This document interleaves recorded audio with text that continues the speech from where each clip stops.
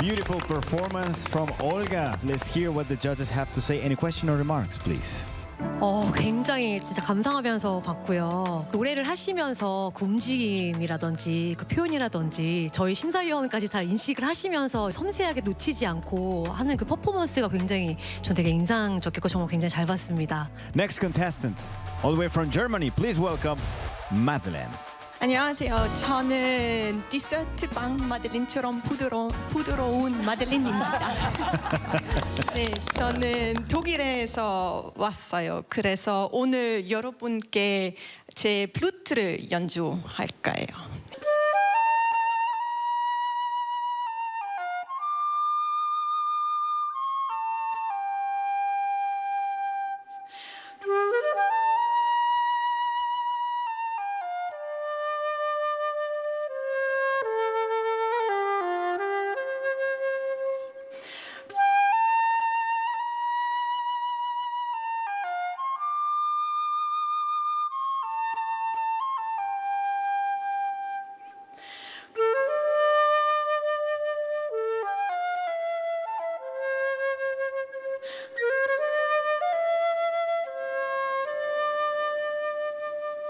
대금이나 이런 부분들 전통 악기가 있잖아요. 네. 그런 부분들과 굉장히 비슷한 악기를 연주하고 계신데 혹시 한국 전통 음악에 대해서 또 이렇게 많이 접해 보시거나 이렇게 들어보신 적 있으신지? I actually in Germany started to study Baroque flute too, so it's made out of wood.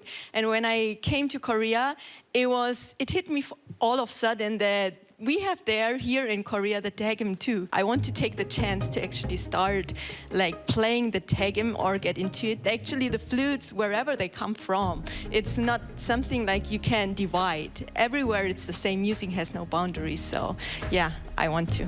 Can you play something else with the other instrument? What is that called? It's called Baroque flute, Baroque flute. Okay, So, Baroque flute. Traverse flute, yes.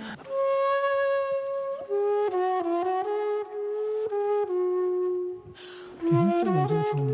대중 같은데. 퉁성 같기도 하고 퉁성.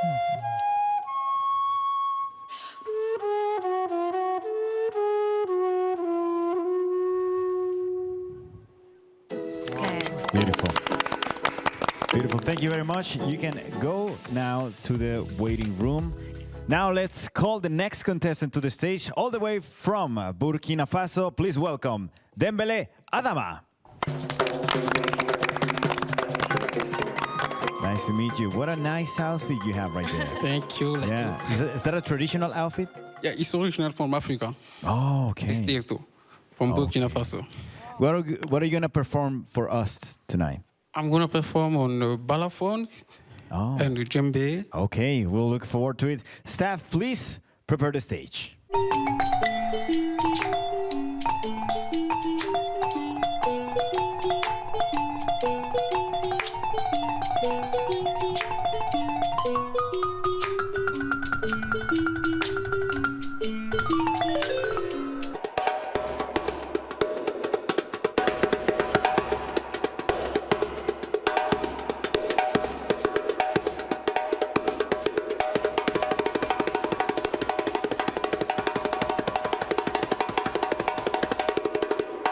네, 감사합니다. 큰 박수 부탁드릴게요. 와우, 와우. Adama, you're good. You're good. That was so fun to watch. Can I sing something and can you play along with? Okay, let's try it, yeah. The rhythm goes tum 따따케 tum 따따케 tum 따따케 tum okay. 차원한 줄 금금 모조리 솔령수 일신에 따라 토끼를 내워 쌀째 진앙 말리 장성 사듯 사냥 싸움에 맞춰 사듯 첩첩이 둘러싸고 토끼들이 따 잡는 고동 영문 출사 도적 잡듯 토끼 두 귀를 꽉 잡고 잼배 솔로 원 에이.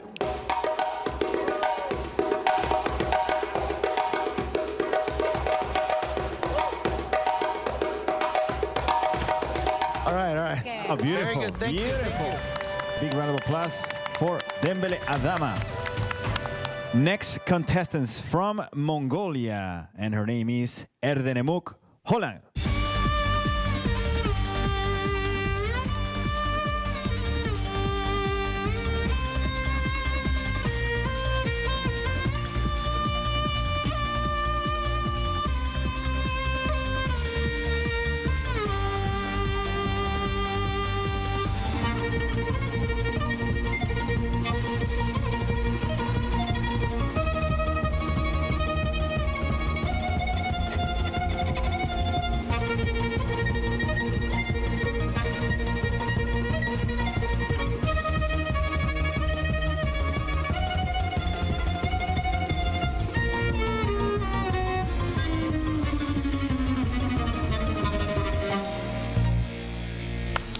Wow, powerful, fast performance from Hulan. 지금 마두금하고 무슨 저희 한국의 전통 음악을 같이 공부하고 계신 건가요? 네, 대전에서 한국 사람랑 같이 팀 에서 연주하고 있어요. 그러면 한국 전통 음악과 같이 연주를 네. 하고 계신 건가요? 네. 오, 한국에서 그러면 전통 음악 그럼 퓨전 콜라보 같은 거 하실 때 어떤 음악을 주로 연주하셨는지 여쭤봐도 될까요? 보통 반소리에 뒤에서 아니면 아리랑 이런 식으로 연주하고 있습니다. 그러면 아리랑 혹시 살짝 연주해 주실 수 있으신가요? 네. 네. 네.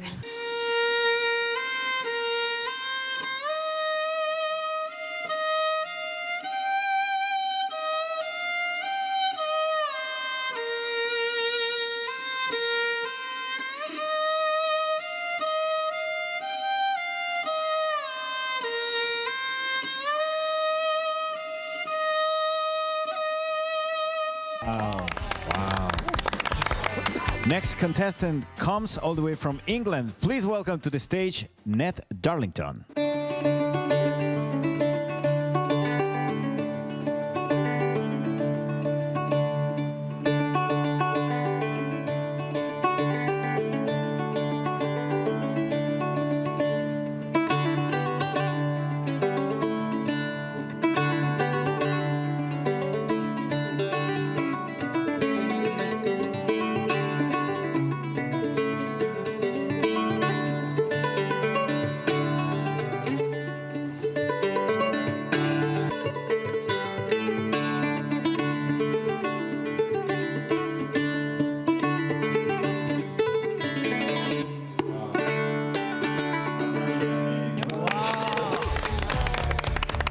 Beautiful, heartwarming, very smooth performance shows. Let's see what the judges have to say. Judge Kim Jun-soo from Handsome to Handsome. Anything you'd like to say? 우선 기타 치는 모습이 너무 멋있습니다. 우리 전통 음악의 색채를 입혔을 때에 또 우리 음악에 대한 이해도가 얼마나 있으신지 아니면 또 경험해 보신 게 있으신지. Only worked with Korean musicians, traditional Korean musicians, in theater, doing some pansori and also some chonga. 연주를 조금만 들려주실 수 있을까요? 이 기타로 어려울 것 같고 그래요. 그렇군요. 튜닝 완전 다르게 했고 퍼커션도 기타로 했어요. Once again, a big round of applause for Ned Darlington. Thank you very much. Now you can go back to the waiting room. Next contestant from Burkina Faso, please welcome to the stage Diabete Amidou. 한국 음식이 맛있어. 한국 음식이 맛있어. 대한민국 코레아 음식 맛있어. 음식 안 먹으면 못 살아 못 살아. 음식 안 먹으면 힘들어. 맛있어. 소탕 맛있어. 내장탕 맛있어. 국밥 맛있어. 전구장 맛있어. 떡볶이 맛있어. 김밥 맛있어. 대한민국 코레아 한국 음식 건강 좋아. 코레아 맛있어.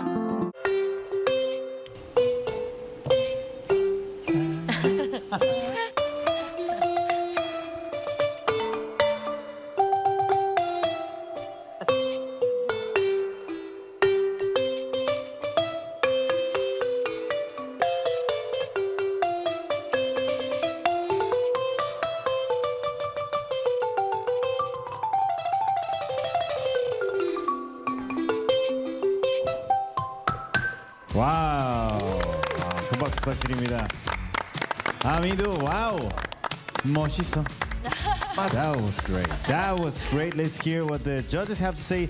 어떻게 심사평을 해야 될지 모르겠어요. 너무 감명받아가지고 뭔가 만능이셔가지고 굉장히 지금 탐이 납니다. 그래서 네.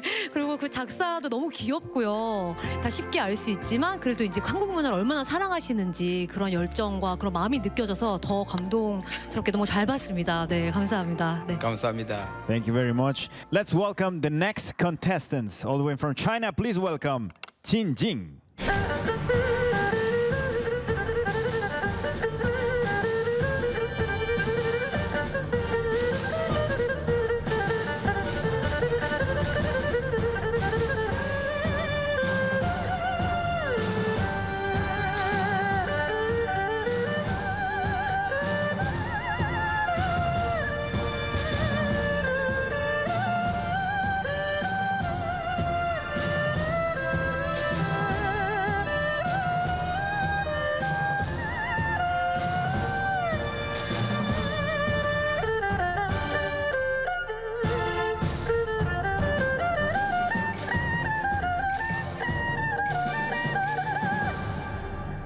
Beautiful performance. Thank you very much.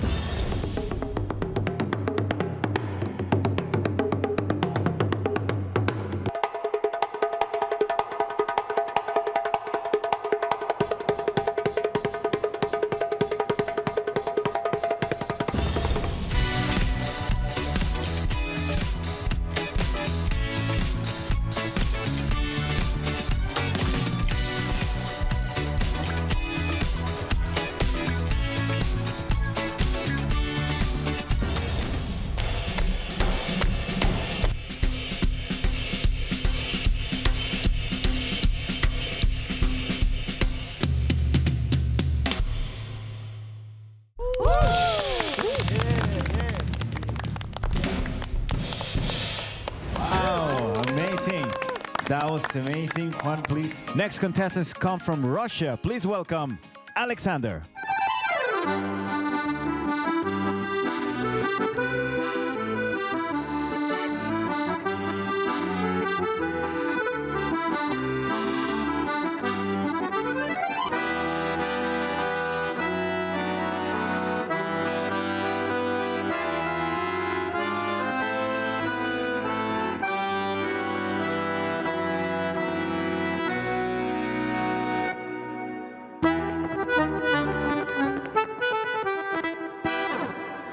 Wow, amazing. What a talented musician. Oh my God. Surely a version of Arirang I never heard before. I have no doubt about your playing skills at all. Do you have some experiences to work with a group of people, a group of Korean traditional musicians? 네, 그런 경험도 있고 많은 악기 하는 연주자들과 함께 경험 많이 있습니다.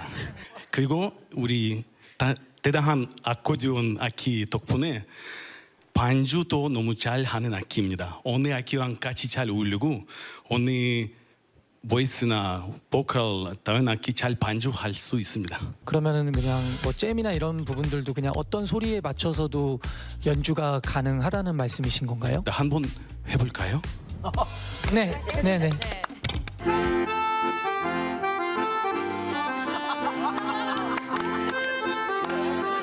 무엇 하나 속상한 일도 하도 많으니 놀기도 하면서 살아가세 이나노 일일이 아니나노 헐사 좋아 헐시구 좋다 골라비는 이리저리 펄펄 꽃을 찾아서 날아든다. Wow! We have now seen all the contestants from tonight. It's time to calculate the judges' score and determine the final five. I need to feel your happiness for being selected. 진짜 기대돼요. 아, 네. 오늘 많이 도움이 될 것 같아요.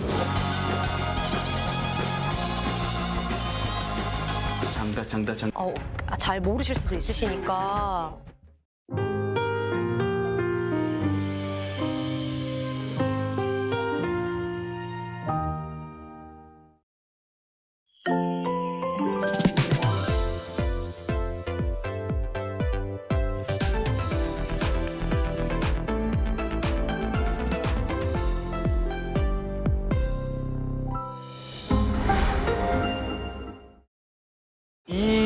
곳에 비밀을 캐러 왔거든요. 팔찌는 RFID 방식을 통해서 IoT 실시간 스코어링 기술을 할 수 있는 매개체가 되는 팔찌예요. 우리가 요걸로 점수가 나오니까 제대로 올림픽처럼. 자, 출발!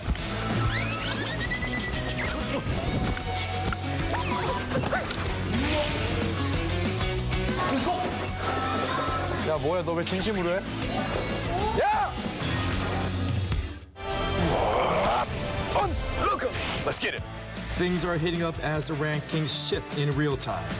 Tag in with RFID, and your speed and item pickups are all tracked and scored in real time. Curious about your stats? Check the kiosk for your personal score. This is a playground where fun meets tech. And now, your racing adventure starts for real.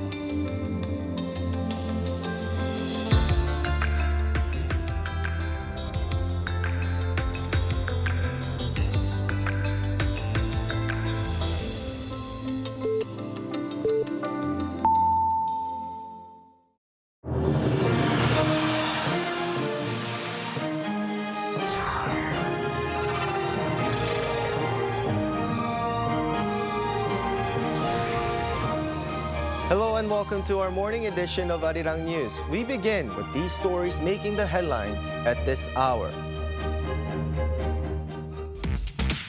President Lee Jae-myung and U.S. President Donald Trump meet in Gyeongju for a summit as Trump visits for APEC. Two big announcements, the trade deal close and a nuclear-powered submarine. What these mean, our team in Gyeongju explains. A high-stakes meeting set for two big powers. U.S. President Donald Trump and Chinese President Xi Jinping will meet this morning. What to expect from that summit? The U.S. Fed cuts the interest rate by a 1/4 percentage point. The decision, however, was not unanimous, and a further reduction in December is uncertain.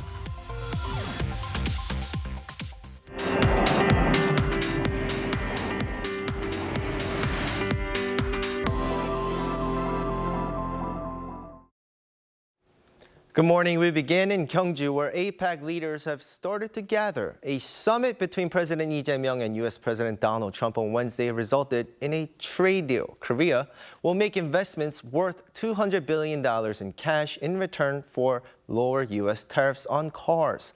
This comes after 3 months of negotiations. Our senior presidential office correspondent Yoon starts us off.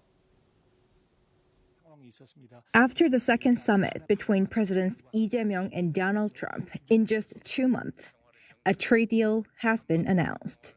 We reached a deal. We did a lot of different things. We had a great session. The two leaders met in Gyeongju on Wednesday for about an hour and a half, followed by a special dinner. Among the $350 billion investment package from South Korea, $200 billion will be in cash, and the amount that Seoul pays will be capped at $20 billion a year. The investments will be made in dollars in accordance with business progress, so they will remain within a range that South Korea's foreign exchange market can withstand. Similar to the deal the U.S. made with Japan earlier, profits generated from Korean investments will be equally shared with the U.S. until the initial investment is recouped.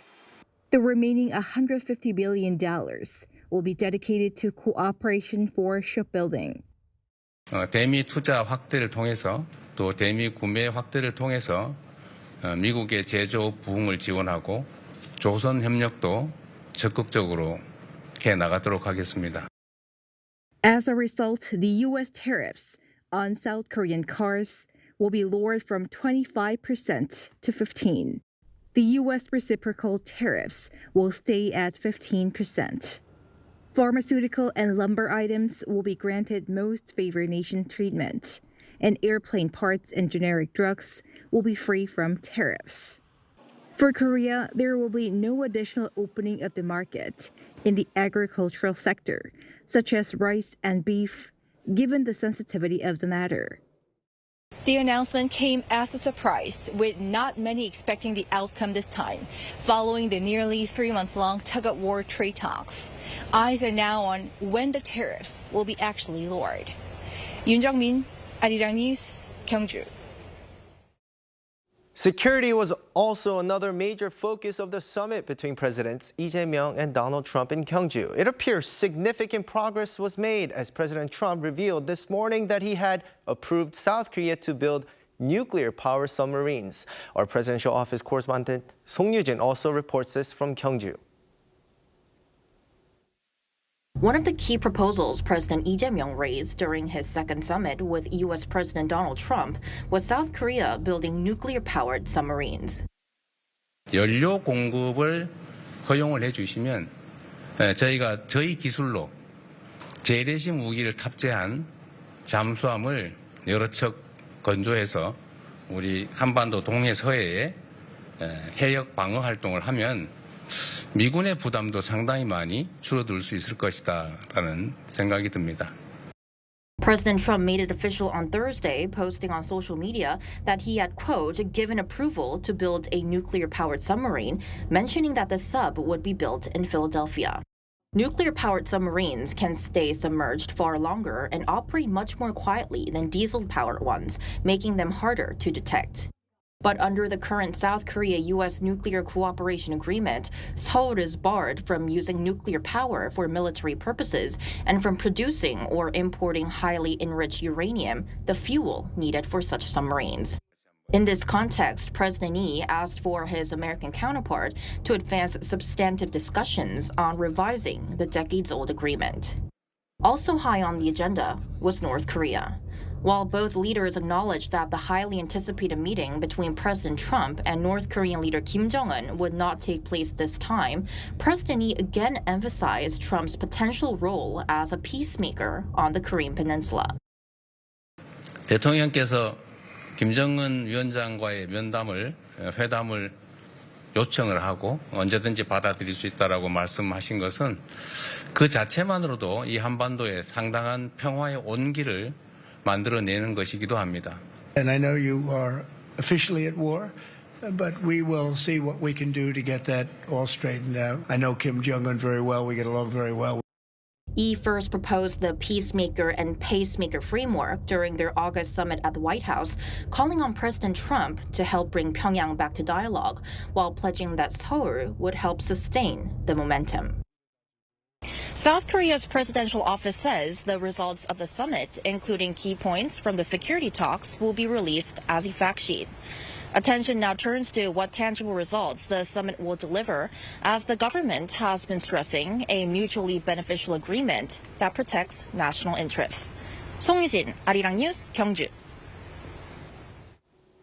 Now, today all eyes are going to be on South Korea, with U.S. President Trump and Chinese President Xi Jinping holding a summit this morning. For more on this, our Kim Bo-kyung is on the line. Bo-kyung, so when exactly is this high-stakes summit going to happen, and how are the two countries expecting this meeting to unfold? Well, Doyon, good morning. The White House announced that the high-stakes meeting between Trump and Xi is going to be held in Busan at 11 a.m. today. President Trump departed the Hilton Hotel around 30 to 40 minutes ago and is traveling to Kimhae International Airport in the southern city of Busan in his presidential state car nicknamed the Beast. This will be the first time for the leaders of the world's biggest economies to meet since Trump began his second term. It has been more than 6 years since they came face-to-face at the G20 summit in Osaka, Japan.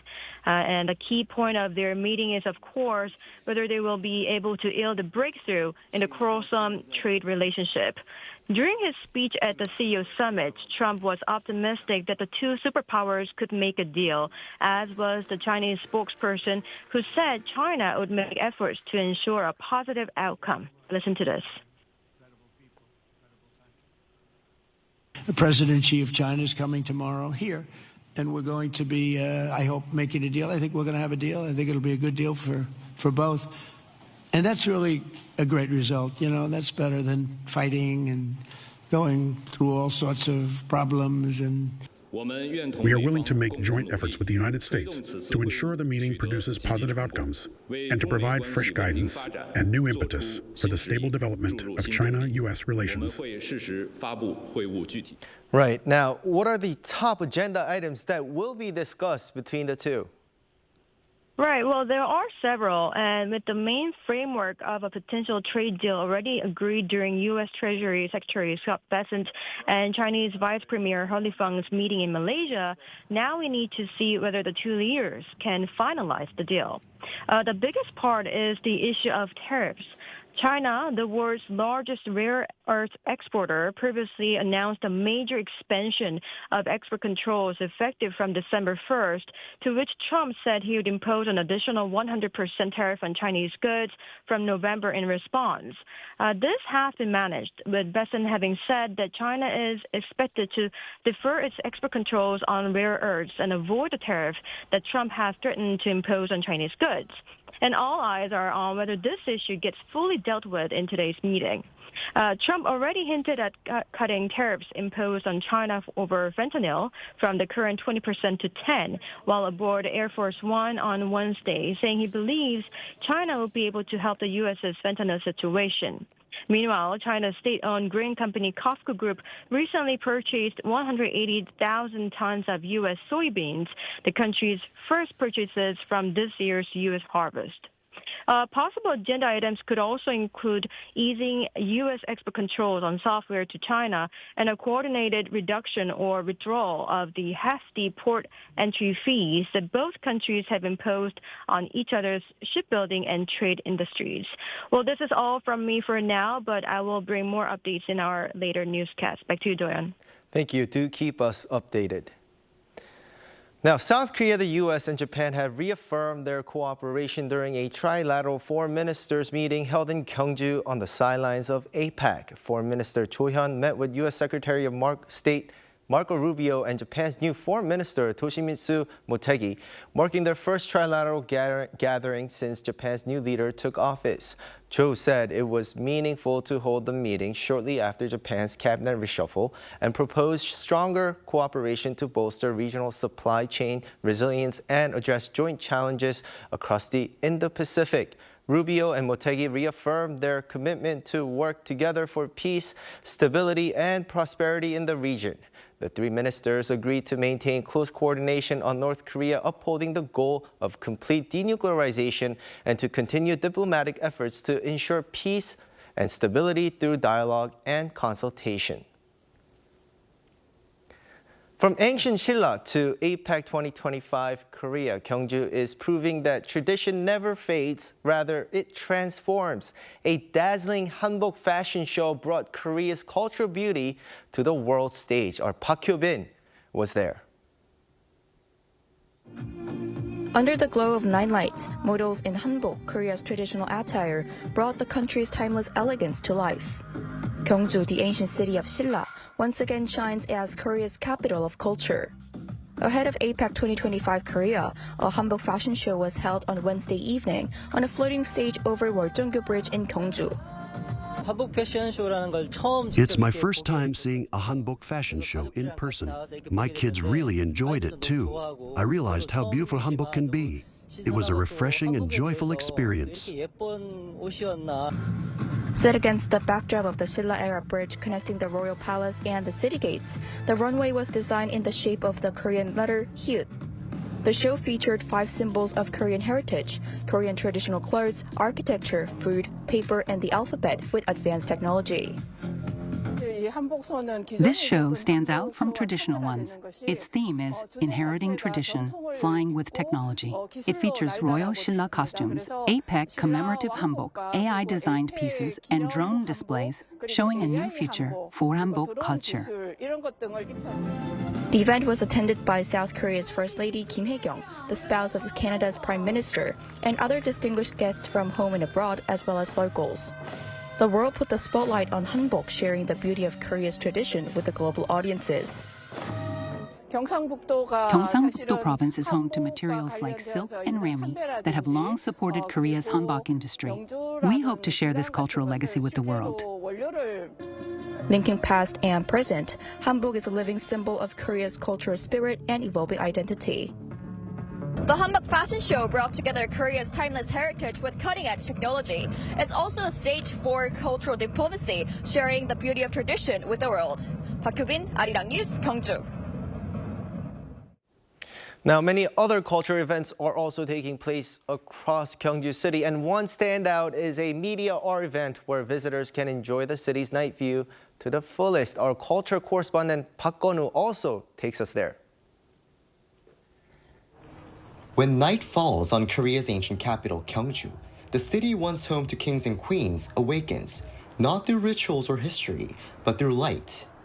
Every 20 minutes from 6:30 p.m. until 10 p.m., Itaewon, a royal tomb complex, turns into a massive outdoor canvas. Using light and sound delicately designed to protect the heritage site, the show brings to life the interiors of the tombs, along with relics that were discovered inside. It's a symbolic space where our cultural roots and spirit come alive. So it goes beyond just being a visual art experience. It's a dialogue with the past and present. The media art is titled Monghwa, meaning a glowing dream. We aim to make visitors feel as if they were stepping into their dream.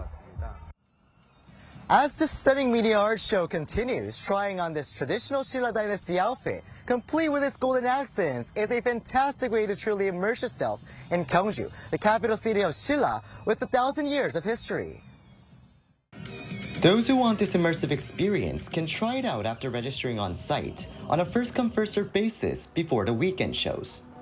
Since the event kicked off last Friday, more than 11,000 people have already visited and enjoyed themselves.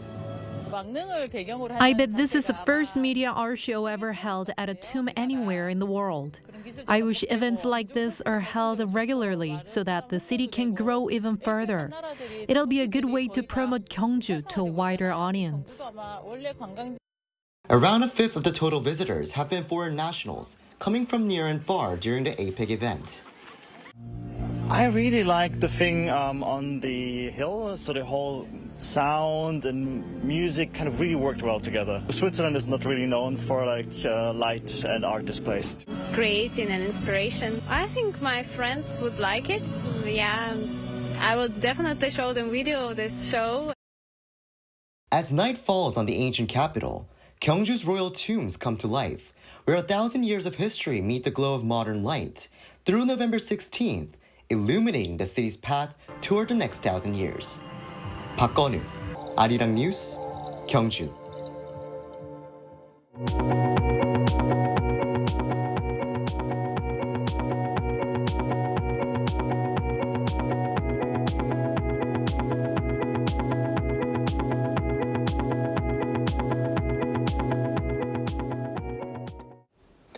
The U.S. Federal Reserve announced a 25 basis point interest rate cut on Wednesday, despite a divided decision among policymakers. Fed Chairman Jerome Powell also stressed that a further reduction in the policy rate at the December meeting is uncertain. Our Lee Seung-jae has more.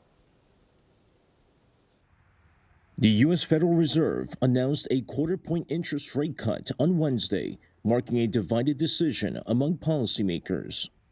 The move lowers the federal funds rate to a range of 3.75 to 4.00% and comes as the central bank works to ease concerns over tightening liquidity in money markets. Today, the Federal Open Market Committee decided to lower our policy interest rate by a quarter percentage point. However, with a 10-2 vote, the decision was not unanimous. Two members dissented, Governor Stephen Moran, who pushed for a larger reduction to support slowing growth, and Kansas City Fed President Jeffrey Schmidt, who opposed any cut, citing ongoing inflation risks. The split highlights growing divisions within the central bank as it navigates an uncertain economic outlook. Speaking after the meeting, U.S. Federal Reserve Chair Jerome Powell acknowledged the sharp differences within the committee. He cautioned that while some members favor additional easing, others want to pause. The Fed chair also noted that another rate cut in December is still uncertain. In the committee's discussions at this meeting, there were strongly differing views about how to proceed in December. A further reduction in the policy rate at the December meeting is not a foregone conclusion. Far from it. Policy is not on a preset course. With the Bank of Korea freezing its rates earlier this month, the gap between the two central banks' rates now stands at 1.25 to 1.50%. Lee Seung-jae, Arirang News. Marking 3 years since the Itaewon crowd crush, memorial events were held across the Seoul metropolitan area to honor the 159 victims. At Noksapyeong Square near the site of the tragedy, families and members of the public gathered Wednesday evening to share messages of remembrance. In Gyeonggi-do Province, another memorial took place at Suwon Rodeo Plaza with a choir performance by bereaved families and speeches of solidarity. Families said their grief remains even after 3 years, urging people not to forget the tragedy and to keep working toward a safer nation. Former President Yoon Suk-yeol is expected to appear at his ongoing insurrection trial on Thursday, marking his first courtroom appearance in nearly 4 months. Yoon has been in detention since July on charges of leading an insurrection and abusing power over his failed attempt to impose martial law last December. He previously attended a separate trial in September related to the same case and a hearing on his bail request. At Thursday's session, former Army Special Warfare Commander Kwak Jong-gun is scheduled to testify. Kwak has claimed that Yoon ordered him to forcibly remove lawmakers from the National Assembly during the brief martial law period.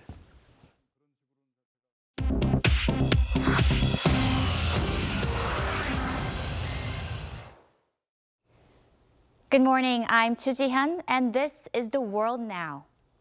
Hurricane Melissa continued its destructive path across the Caribbean on Wednesday, pounding Cuba and the Bahamas after making landfall in Jamaica on Tuesday as one of the strongest storms ever recorded in the region.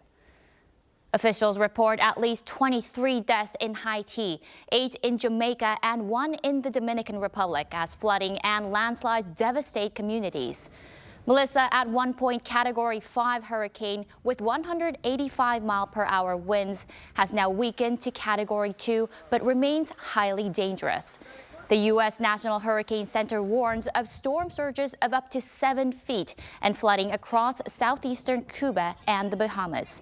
More than 77% of Jamaica is still without power, while damaged roads and downed communication lines hamper relief efforts. The U.S., UK, and United Nations have begun sending aid and rescue teams, though officials say the full extent of damage is still unknown. In Moscow on Wednesday, President Vladimir Putin announced that Russia had successfully tested its Poseidon nuclear-powered super torpedo, a weapon that analysts say could devastate coastal regions with radioactive ocean waves. Putin said the test took place on Tuesday, confirming the torpedo was launched from a submarine and that its nuclear propulsion system was activated for the first time. Talking to wounded soldiers at a Moscow hospital, Putin said, quote, "There is nothing like this," boasting the Poseidon cannot be intercepted and can travel about 10,000 kilometers at speeds near 185 kilometers per hour. The test follows Russia's Burevestnik missile launch last week. Arms experts say Poseidon breaks traditional deterrence norms, carrying an estimated 2 megaton warhead capable of triggering massive underwater explosions. France's Senate approved a landmark bill adding consent to the country's rape law on Wednesday. Lawmakers say the move closes long criticized legal gaps exposed by high-profile sexual assault case. The new legislation redefines rape and sexual assault as, quote, any non-consensual act, requiring that consent be informed, specific, prior, and revocable, and not implied by silence or lack of resistance. The bill still requires President Emmanuel Macron's signature before becoming law. The reform follows the case of Giselle Pellicot, whose husband and dozens of others were convicted of raping her over nearly a decade, a trial that exposed what campaigners call a gray area in French law. Supporters say the change will make it easier to prosecute sexual violence and raise public awareness around mutual consent.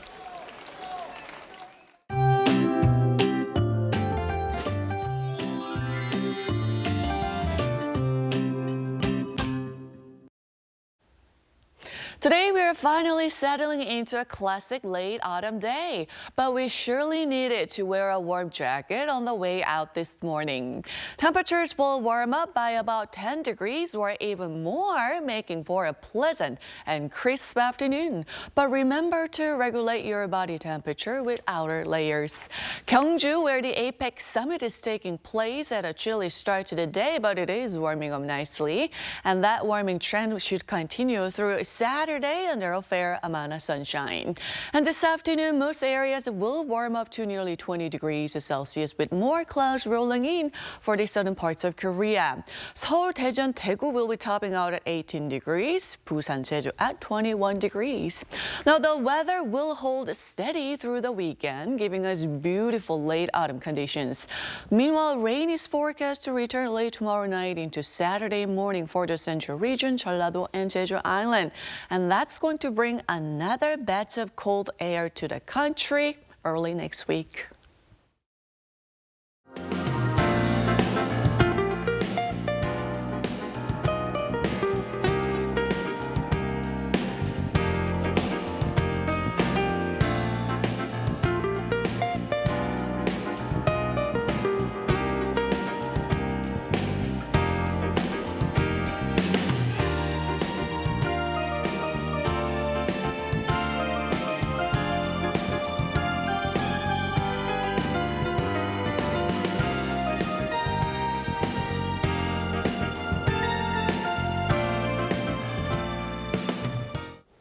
That's all we have for this morning. Arirang News will be back at noon Korea time. Thanks for watching.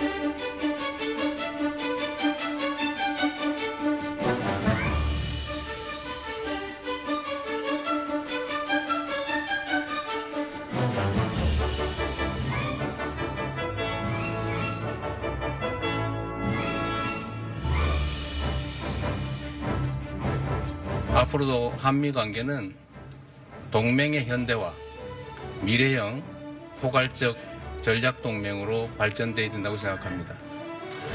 대한민국도 방위비 증액을 통해서 그리고 방위 산업 발전을 통해서 자체적 방위 역량을 대폭 키울 생각입니다.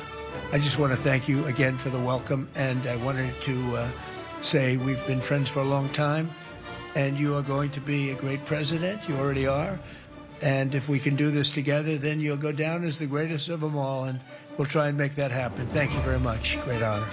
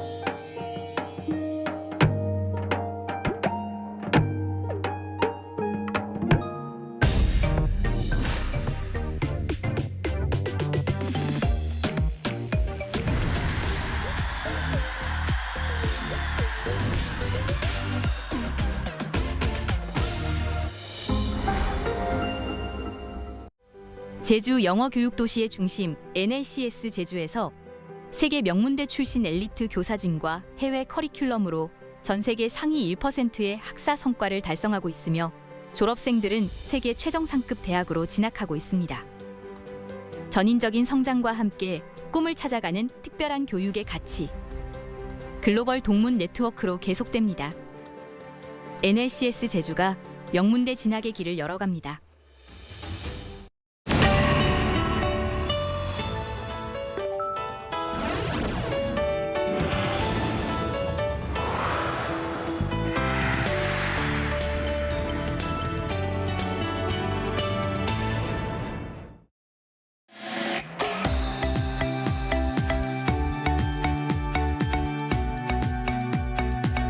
We're here to bring a new type of news show. New insight, new styles, and new topics every day. We are News Generation. Bringing news just for you is Thursday, October 30th here in Seoul. I'm Isujin, and this is News Generation. And joining us today is Ki. Happy Thursday. Happy Thursday. And also Brooke is with us. Hello, good morning. Happy to be here. Good morning. And both are here to speak on behalf of people in their 20s and 30s. So it's almost the weekend, just one more day to go. And tomorrow's not just any Friday here in South Korea. It's the start of a major international event. So Ki, can you tell us what this very event is? You say it's not a Friday Friday for me anymore because it's a really important day and more work for me. But APEC, short for the Asia-Pacific Economic Cooperation, is scheduled to take place in the historic Korean city of Gyeongju, Republic of Korea, for the next 2 days from the 31st of October and the 1st of November. And this marks the first time in 20 years that Korea is hosting APEC following the 2005 summit held in Busan. The nation has completed all preparation and is fully ready to welcome this major international gathering.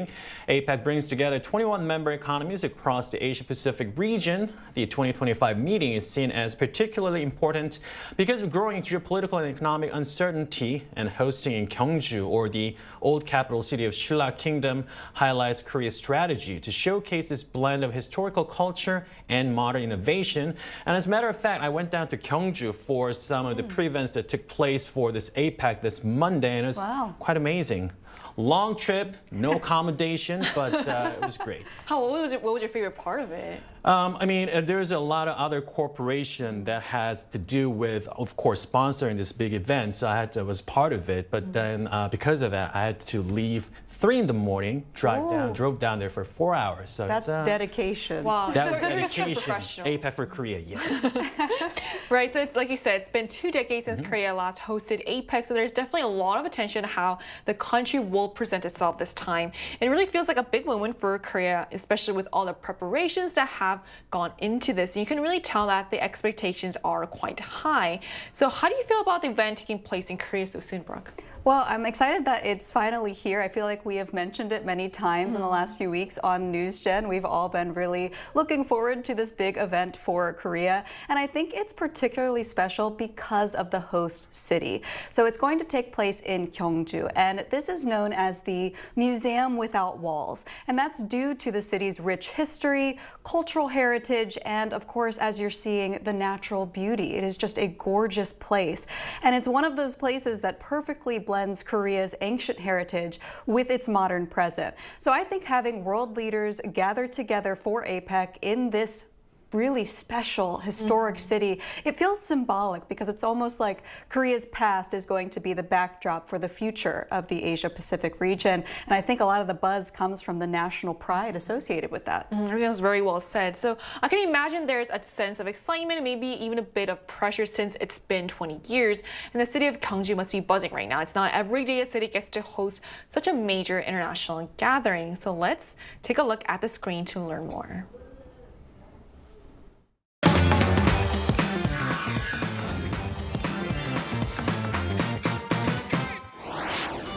The Asia-Pacific Economic Cooperation Leaders Summit is significant for its role in bringing together leaders and economies from across the region to discuss shared goals and challenges. And that's why there's extra attention on how it's being hosted here in South Korea for the first time in 20 years. Today on News Generation, we take a closer look at what this event is all about, the host city of Gyeongju, and some of the highlights that have drawn public attention, from the promotional video to what people are hoping to see come out of this year's APEC.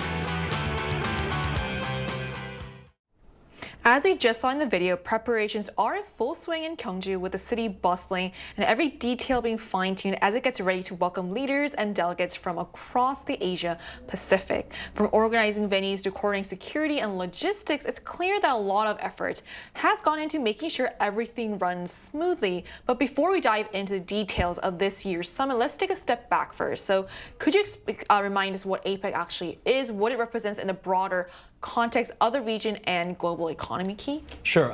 So APEC, short for the Asia-Pacific Economic Cooperation, is a regional economic forum that was established back in 1989 to harness the growing interdependence among Asia-Pacific economies. So today, it has evolved into the largest regional economic cooperation body in the world, bringing together 21 member economies that collectively account for about 60% of global GDP and more than half of total world trade. The member nations share a common goal, is to create greater prosperity for their people by accelerating balanced, inclusive, and sustainable regional economic integration. And what you said really puts the scale of APEC into perspective. Like 21 member economies covering 60% of global GDP is a huge number. So APEC isn't just a regional gathering. It really plays a major role in shaping economic cooperation across the Asia Pacific. So Brooke, could you tell us what the focus of this year's summit is and what the leaders are hoping to accomplish? Sure. So the theme of this year's summit is building a sustainable tomorrow. Connect, innovate, and prosper. And according to the official APEC webpage, this summit is going to focus on addressing shared challenges, embracing digital innovation, and prioritizing inclusive growth. Now, let's go through those three key priorities that I mentioned earlier. So under the Connect umbrella is the goal of strengthening physical, institutional, and people-to-people exchanges. Next, we have Innovate, which is focused on strengthening competitiveness through digital innovation. And finally, there's that last really beautiful word, I think, prosper. And this is all about advancing sustainable growth and empowering vulnerable groups that need that assistance. So through these key priorities, the APEC aims to achieve an open, resilient, and I think perhaps most importantly, peaceful Asia-Pacific region. All very good goals to have, and I'm looking forward to seeing the progress that is able to be made on them. So it's not just about trade and GDP, it's all about improving the lives of the people in these countries, which makes the location of the summit even more meaningful. And the focus on balance, inclusivity, and sustainability really shows how APEC is trying to make its impact felt not just economically, but socially as well. And as we've mentioned before, it's taking place in Gyeongju. So can you tell us a bit about the city hosting this year's summit? Sure. Gyeongju, like Brooke said, is full of culture and history, known as a museum without walls. And I remember going to Gyeongju for several times for a school field trip when I was young. It's located in the southeastern region of Korea, and it was once the capital of the Silla Kingdom for an astounding 992 years, nearly 1,000 years, filled with treasures, cultural relics, and ancient sites. And among most iconic landmarks are Bulguksa Temple, Sakram Grotto, and Cheomseongdae Observatory. So if you take a look at the screen together. So first, Bulguksa Temple is a Buddhist temple built in the 8th century that embodies the ideal Buddhist world through its architecture and art. Sakram Grotto is an artificial stone cave that represents the ideal Buddhist world through its culture and architecture design. Unfortunately, though, the gem that's installed in the middle of Buddha's forehead right now is lost during the Japanese invasion. So the one that we see right now is not original. And Cheomseongdae Observatory is the oldest astronomical observatory in East Asia, showcasing Silla Kingdom's scientific and astronomical advancement, designated as a national treasure of Korea. So these are the places where pretty much all Korean, especially from my generation, probably have been to, as it was a very common school field trip place. Do you have a favorite spot out of them? Well, actually, when you go into Sakram Grotto, you feel the grandeur of how human can build such a huge, Buddha sculpture, and at the same time, amount of time and effort that went in there. Right. So, and also another thing I really want to recommend is a Cheonmachong. That's another place really recommend you that probably Arirang has promoted before through its TV shows before, but there's, Gyeongju, wherever you go, the city itself is like a museum, so I definitely suggest you go there. Sounds amazing. So hearing about all these sites really highlights how rich Gyeongju's cultural heritage is, from temples, and there's also sorts of observatories as well. It seems like Gyeongju will offer attendees of the event a deep dive into Korea's past, as it's truly a living classroom of history. But Gyeongju isn't just about historical landmarks. So Brooke, could you tell us about some of the more contemporary attractions? And with APEC coming, what kinds of events or experiences have been organized in Gyeongju for the visitors? Indeed, I think Gyeongju is very well known for its history and the landmarks that tourists really enjoy going to. But there are also more contemporary places that a lot of young people like to frequent, including Hwangnidan Street. So this is a trendy area that has hundreds of shops and cafes that blend tradition with the modern present. And additionally, in preparation for the APEC summit, the city has been preparing numerous cultural events to draw in that global appeal and just show show off how beautiful Korea is. The province said that they have invested 15 billion won, that's about $11 million, for this nightscape project across the Bomun tourist complex. And this features installations that reinterpret the splendor of the ancient Shilla kingdom through digital art and immersive lighting. On the nearby lakeside square, you can also check out a 15-meter monument. Like we were saying, it's amazing to see what humans can do when they put their minds together and they can build these gorgeous things. And so this monument is based on the Shilla legend of King Gyeokgose, and he hatches from an egg. And this is a metaphor, officials say, for the rebirth of Gyeongju as a global premium APEC city. So you can really see the thought that they've put into all of these details, and it's really working. People are coming in droves to see all of the pre-events before the summit. In fact, over the recent Chuseok holiday, Gyeongju saw 700,000 visitors come to the city to see all of these preparations. So I think, like we've been saying, the buzz is just amazing. I can see why so many people visited. I mean, it looks like also the nightscape projects with media art and sculptures will be really a creative way to showcase a city. And it seems like Gyeongju is striking a balance between honoring its rich past and embracing also the contemporary attractions, a perfect backdrop basically for an international gathering like APEC. So coming up, we'll also be chatting with a YouTuber from another country who's visited Gyeongju before and who can give us a first-hand look at both the historic landmarks and the trendy spots. And that conversation will take place right after the break, so don't go anywhere.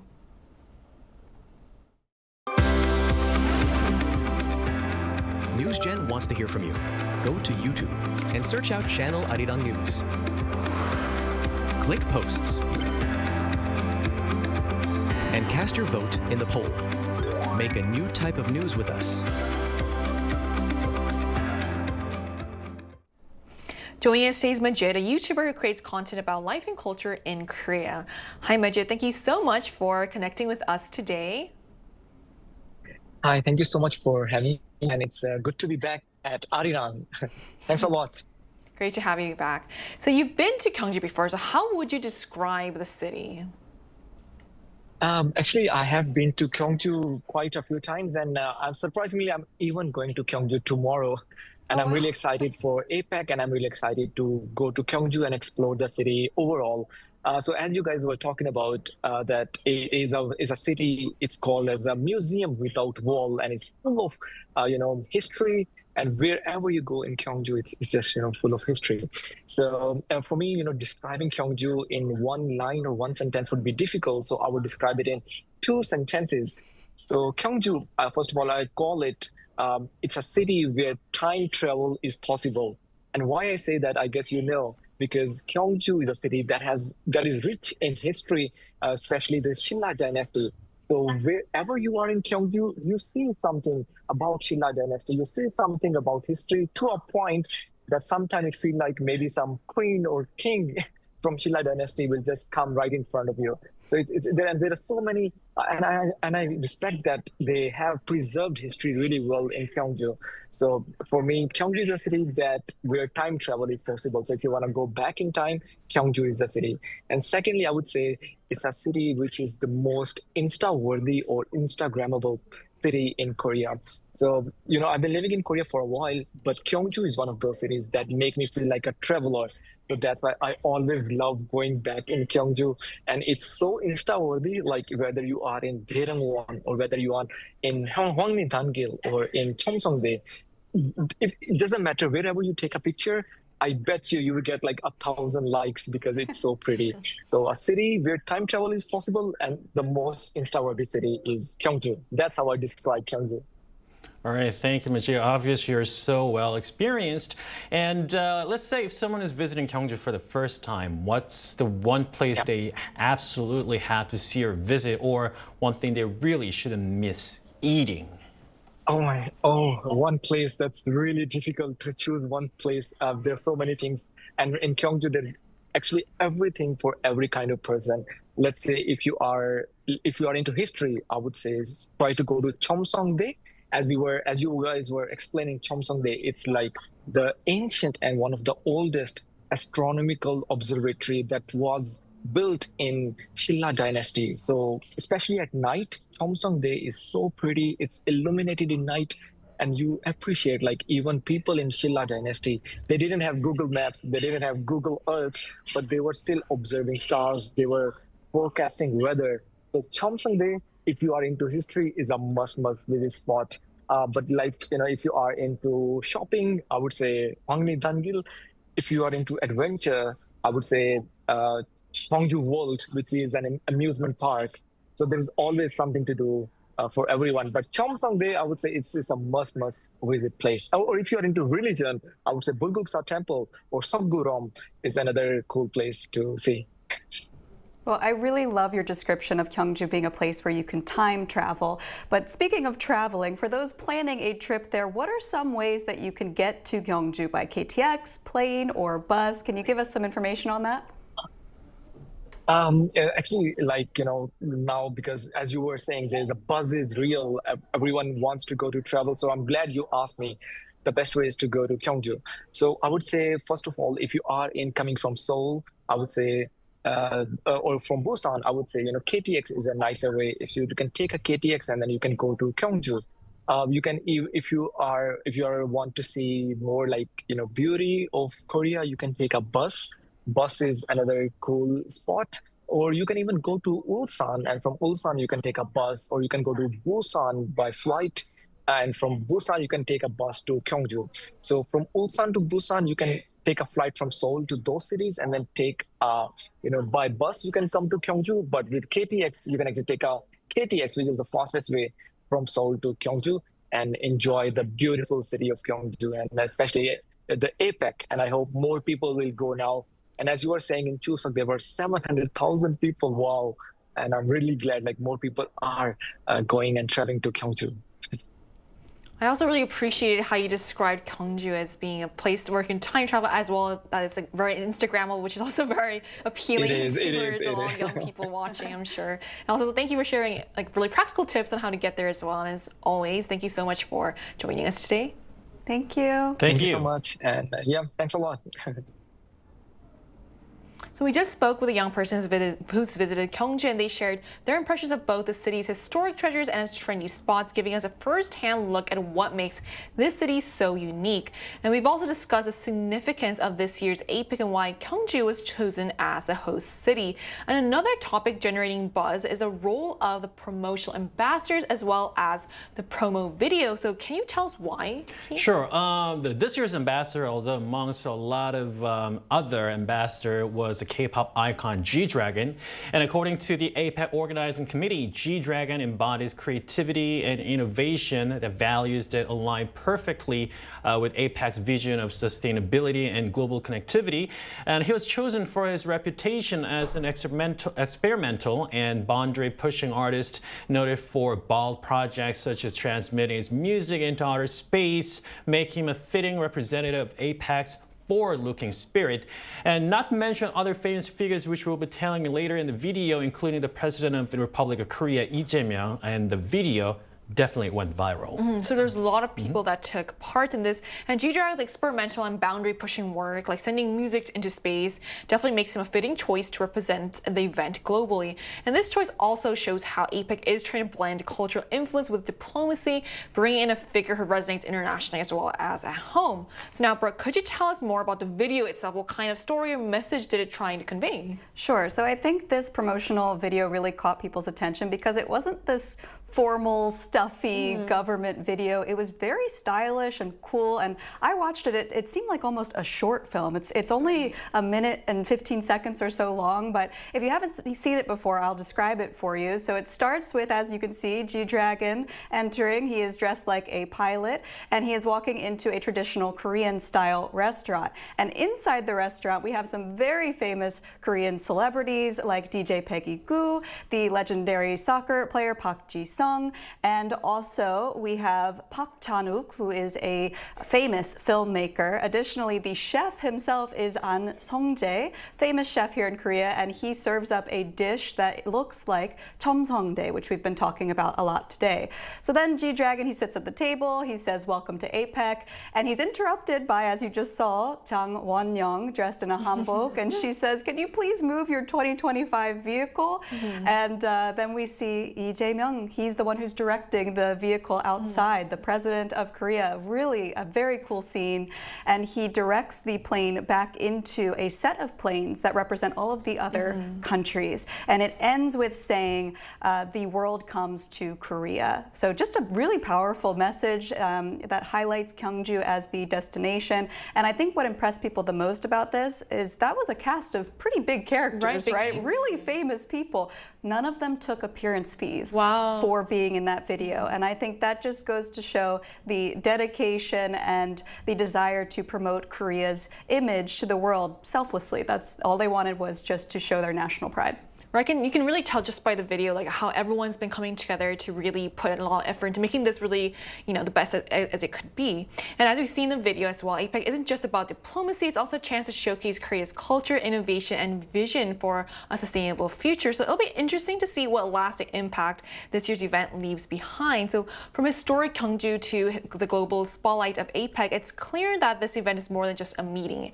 It's a moment for Korea to connect, inspire, and lead. So we'll be watching closely to see what comes out of it next. And that brings us to the end of today's episode of News Generation. But News Gen will be back tomorrow at 10:30 a.m. Korea time with more stories and discussions. A big thanks to Key. Thank you. For coming in. Also Brooke. Thank you. See you next time. And to our viewers, thank you so much for tuning in, and we hope you have the best day. We are News Generation.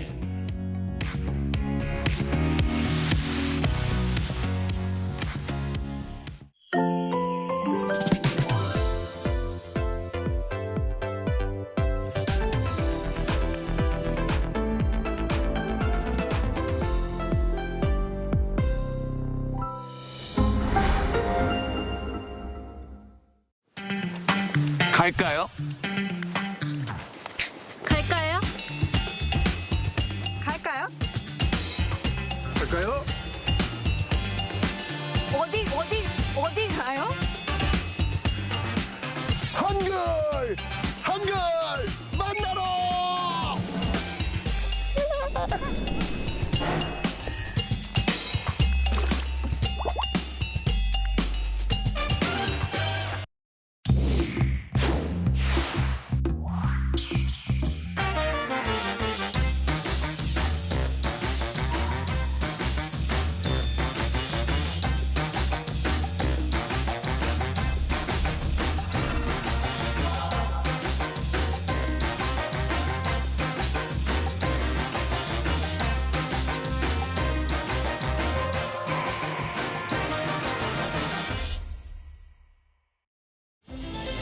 Korea, a globally recognized sports powerhouse.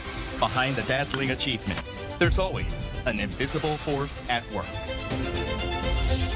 With sophisticated materials, cutting-edge equipment, and innovative technological solutions, SMEs in the K-sports industry play a vital role in bolstering Korea's status as a sports powerhouse.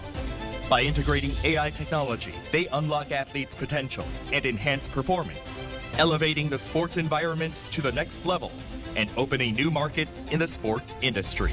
Their innovative technology and bold challenges drive the growth of Korea's sports industry, creating a better world through sports. The innovation of these SMEs never stops. A systematic partnership support program is implemented to discover promising sports SMEs, provide technical validation and R&D support to enhance competitiveness, and strengthen the foundation for overseas expansion. At Tokyo Sportech 2025, the technological prowess of Korean companies was recognized. The Ministry of Culture, Sports and Tourism, and the Korea Sports Promotion Foundation supported K-Sports companies with product promotion and business consultations with global buyers, demonstrating product quality and market potential, and confirming the possibility of expanding into the global market. 저희는 ICT 강국으로서 그 바이어나 사용자들한테 신기술을 접목한 생활 스포츠 기회를 실질적으로 확대할 수 있는 그 기회를 제공하는 데 많은 도움이 될 수 있으리라고 확신을 합니다. 이제 스포츠도 K죠. K 스포츠는 이겁니다. The joy for all, created by the power of K-Sports. Experience the future of the new sports industry through the innovation and technology of the Korean sports industry.